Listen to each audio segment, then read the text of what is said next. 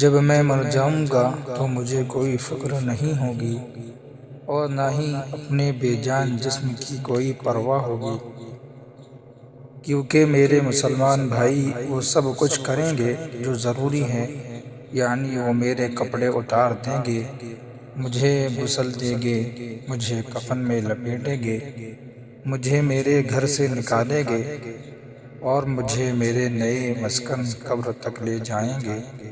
بہت سے لوگ میری نماز جنازہ میں شریک ہوں گے، بلکہ کئی لوگ اپنی مصروفیات اور ملاقاتیں منسوخ کر دیں گے صرف میری تدفین کے لیے۔ یہ وہ لوگ ہوں گے جن میں سے شاید بہت کم نے کبھی میری نصیحتوں پر دھیان دیا ہوگا۔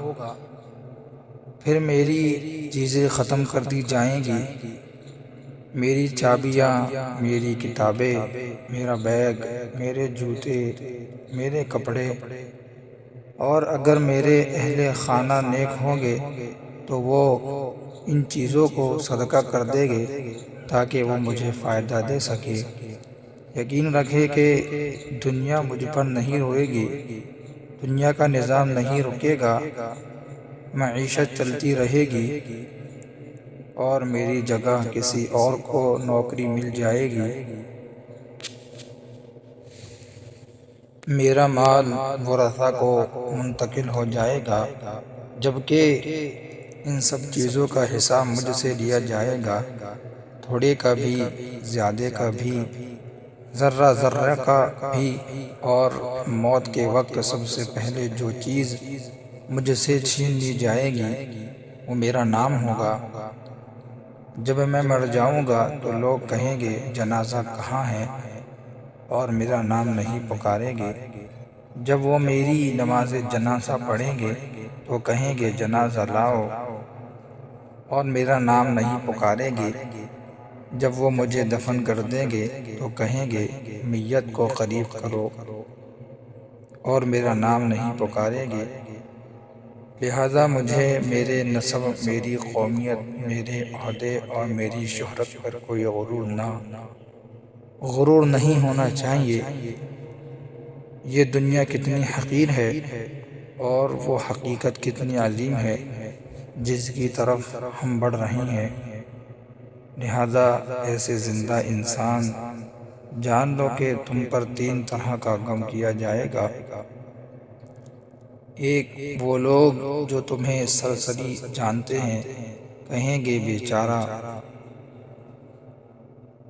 دو، تمہارے دوست کچھ گھنٹوں یا دنوں تک غم کریں گے، پھر اپنی باتوں اور ہنسی مذاق میں مشغول ہو جائیں گے۔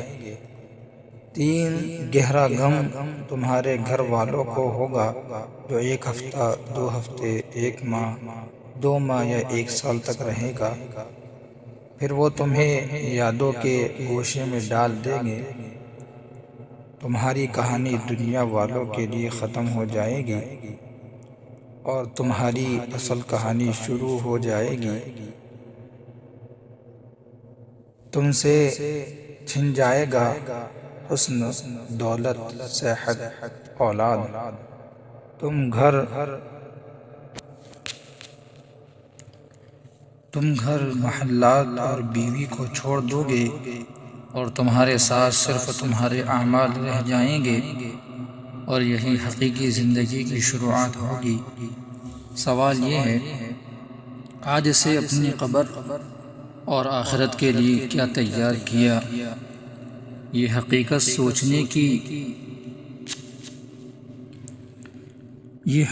سوچنے کی متقاضی ہے۔ لہذا فرض و نمازوں کا خیال رکھو، نفل عبادات کرو، خفیہ صدقہ کرو، اچھے اعمال کرو، رات کی نماز ادا کرو تاکہ تم بچ سکو۔ اگر تم نے لوگوں کو اس تحریر کے ذریعے نصیحت کی جب تم زندہ ہو تو قیامت کے دن تمہیں اس کا اجر ملے گا انشاءاللہ۔